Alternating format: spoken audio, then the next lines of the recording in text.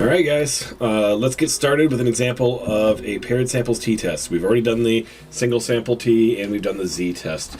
So again, I grabbed these from those extra practice problems that I've included online. So it's just a couple of random ones out of there that happen to correspond to the paired samples t-tests. Okay, so let's get started. First question here says, for each of the following hypothetical experiments, you should identify A, the hypothesis, whether it is directional or non-directional, B, whether the design warrants a z-test or a particular type of t-test, and then determine the critical value for each of three different possible alpha levels, 0.01, 0.05, and 0.10. Okay, so same stuff we've been doing in the last few examples. Let's read the example first. Number one, parents and teachers have probably told you that breakfast is the most important meal. One reason often given is that breakfast can lessen hunger and provide energy while you are in school and need to be learning. Does that mean eating breakfast improves learning? Let's have a group of 30 middle school students take a spelling test every Friday. For half of the year, we will ask these children to not eat breakfast before school. They will be allowed to eat after the test. And for the other half of the year, we will ask them to eat breakfast before they come to school, thus before the test. Okay, so it says breakfast can lessen hunger, provide energy. Does that mean eating breakfast improves learning? So let's assume then that the hypothesis is that eating breakfast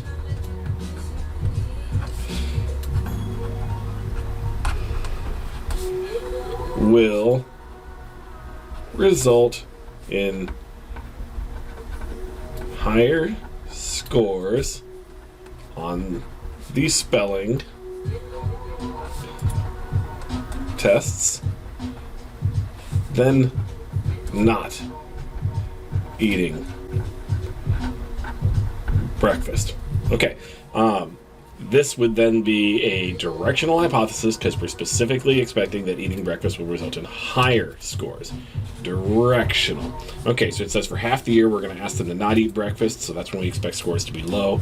And then for the other half, we're going to eat breakfast before they come in, so that's when we expect them to be high. So the second set of values, our second time point, we expect to be higher than our first time point, which means a low value minus a high value. We should expect this to be a negative test statistic, right? Which means we're going to use negative cutoff values as well. We have the same group of children being measured two times. Once earlier in the year, multiple times for an average, but earlier in the year when they weren't eating breakfast, and then later in the year when they are eating breakfast. So same people measured twice. That means we are in the world of a paired samples t-test, okay? How about our cutoff values? Well, we said that we're a negative directional test, so a p equals 0.01 in one tail. So 0.01 in one tail. It said that we had 30 middle school students, which means we have a degrees of freedom of 29. Okay, so that's way down at the bottom of our t-table down here.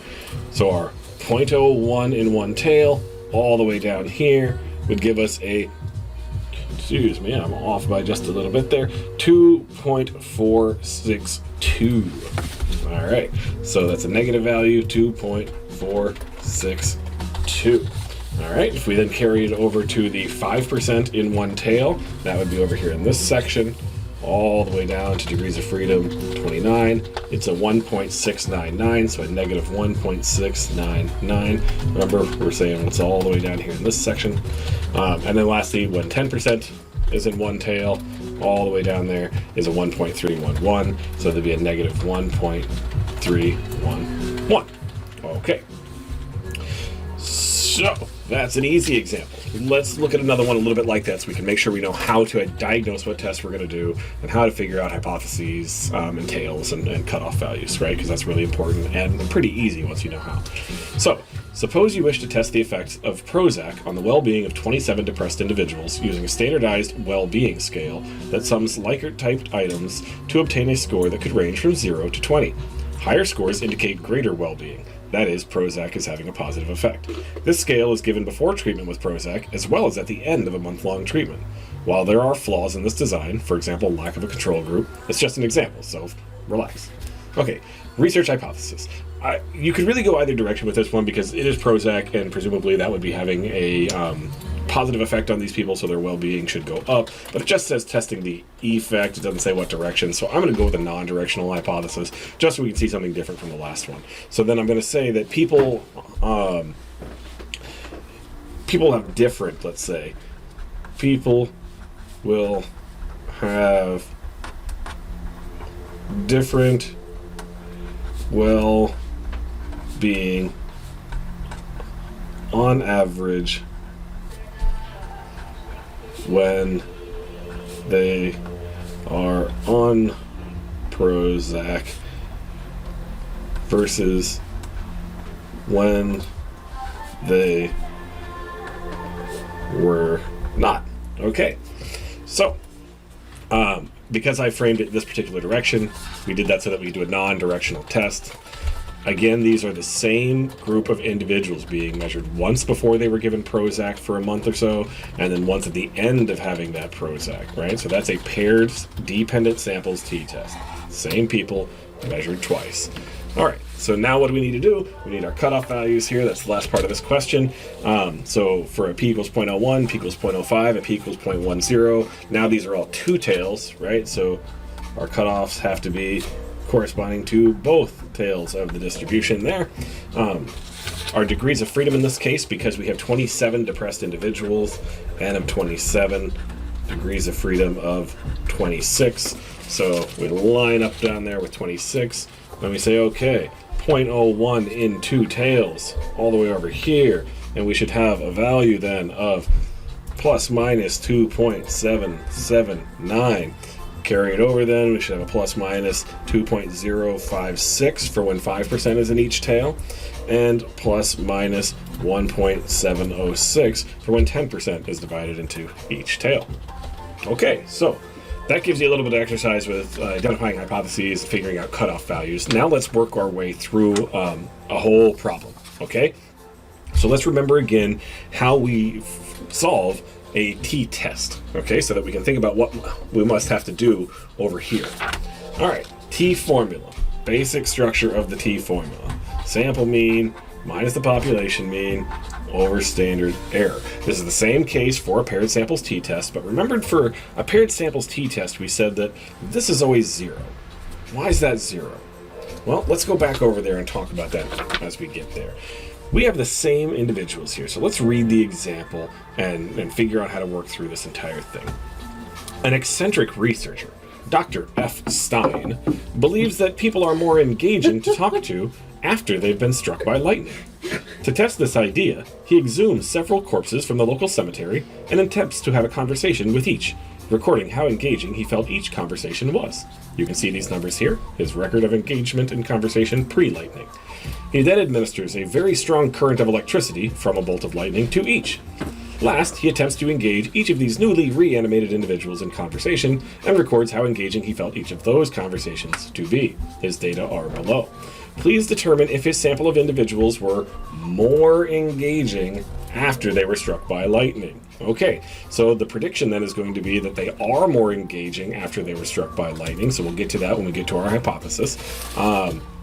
So these are the same individuals, right? They're dead individuals, and I guess depending on how you claim the reanimation process to occur, but the same individuals being measured twice, so we are in the world of a paired samples t-test. Now, we said that because they're being measured on the same thing, and because they're the same folks, we can actually create what's called a difference score between their measurement on the first time we measured them and the measurement the second time we measured them. All right, so that's what we're going to do in this column here. Before we even do anything else, let's go ahead and create difference scores. So 3 minus 5, negative 2, negative 1, 1, 0, negative 6, negative 6, negative 5, negative 10, and negative 4. Okay, that's easy. All right, now, remember what I said before. Once you get to this point, you get this great ability for the paired samples t-test of ignoring all of these data now. Right? We can just completely ignore them and move on as if they weren't there. And now we're going to treat this like our x variable. Right? So that's easy. We know what to do next because we have to create standard error, and to do it, we have to get standard deviation. So to do all that, we need a sample mean. So add all these together, divide then by 1, 2, 3, 4, 5, 6, 7, 8, 9. sample size of 9, right? Degrees of freedom then of 8. So if you add all those up, divide by 9, you're going to get a sample mean of negative 3.67. Okay, so now we have to subtract that from all of these, because the next step is x minus x bar, right? The mean of x. So let's do that.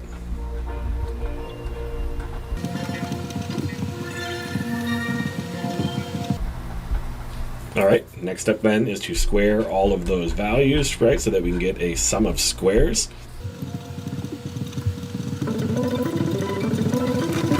All right, now, just like with everything else, when you add all these up, I'm going to say add them up twice just to make sure you got the right number. You didn't plug anything incorrectly in your calculator.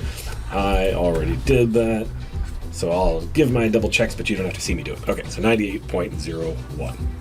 Now, let's go ahead and fill out the other parts of this problem, and we'll get to the test statistic here in just a second. So the design of this study, what is it? We have two groups of individuals, or two measurements of individuals, right? We have a two sample situation, but is it a sample that's different people or the same people? Well, in this case, it's the same individuals being measured twice. So the independent variable, the lightning, right, whether you've been struck with lightning or not struck with lightning as the two levels, has been manipulated within groups. Everybody experiences both levels, a conversation pre-lightning and a conversation post-lightning. Okay, research hypothesis then. We said that thought they would be more engaging, so corpses will be more engaging after being struck by lightning. Now let's of course ignore the obvious bias here in that Dr. F. Stein knows his prediction and he is the one doing the rating of engagement. That's a no-no, right? He's likely to have some experimenter bias there, but well, you know, he's probably going to be arrested for digging up corpses, so let's not worry about that. This is definitely a directional hypothesis, right? Because he says they'll be more engaging, right? So we're thinking then that the values at the second time point will be higher than the values at the first time point, because there are ratings of engagement pre-lightning and post-lightning. So afterwards higher than beforehand, that means we should have a negative cutoff value. We are in the world of the paired samples t-test because it's the same group of individuals, same sample being measured twice, right? So that we can get up there and get our critical value. We said before that our sample size was 9, so our degrees of freedom was 8. And we are using a p equals 0.05 value here because it's not said otherwise. So a p equals 0.05 in one direction, right over here somewhere, with the degrees of freedom of 8. So p equals 0.05 in one tail, degrees of freedom of 8. Our cutoff value is 1.860. Negative 1.860, negative 1.860. Write that in. All right. Last up, calculating that test statistic. I said that the formula was sample mean minus population mean divided by standard error. So let's now figure out the last of what we need. We got all the way to sums of squares, but we did not get standard error. So remember, we first have to get standard deviation, which is equal to the sum of squares we calculated earlier, 98.01, divided by degrees of freedom, n minus 1, right? So divided by 8, the square root then of that value. So let's get that really quickly. Get our trusty calculator out. 98.01 divided by 8. Gives us a 12.25, and the square root of 12.25 gives us a 3.5. All right, standard error then is standard deviation divided by the square root of the sample size. Ah, nice, another easy one here. So 3.5 divided by 3 would give us 1.17 for our standard error. Okay, so we know the sample mean because we calculated it earlier, so it's negative 3.67 minus, well, I don't know that part yet, and divided by 1.17. So what is this? What's the population mean in this case? Well, remember, we're talking about a distribution of different scores. So the population mean, the center of that, which would have half of the scores on one half and the other half on the other side of that value, would be 0, because it's saying that according to the null hypothesis, half the time the different scores would be positive because the sample mean would be, they'd be more engaging pre-lightning than post-lightning. The other times it would be negative because they'd be more engaging post-lightning than pre-lightning. And it'd be all over the place on both sides there. The center then of that distribution would be when the different scores are 0, when they're just as engaging in both locations, right? Very center of what that null predicts. So that value is just 0, which is easy because then it just cancels right out. And all you have to do is negative 3.67 divided by 1.17, right? And you will get, basically, it comes out to a negative 0.8995, but we're going to round that to a 0.90. Still negative, right? So then if we draw our distribution here, our cutoff value that we determined was a negative 1.860. Our value, on the other hand, comes in somewhere around here at negative 0.9. It does not fall into the shaded region. We fail to reject our null hypothesis, and it turns out, although a brilliant scientist, Dr. F. Stein, was wrong, corpses are not more engaging after being struck by lightning. T, degrees of freedom of 8 equals 0.90. P greater than 0.05. All right, that's it. That's the paired samples t-test.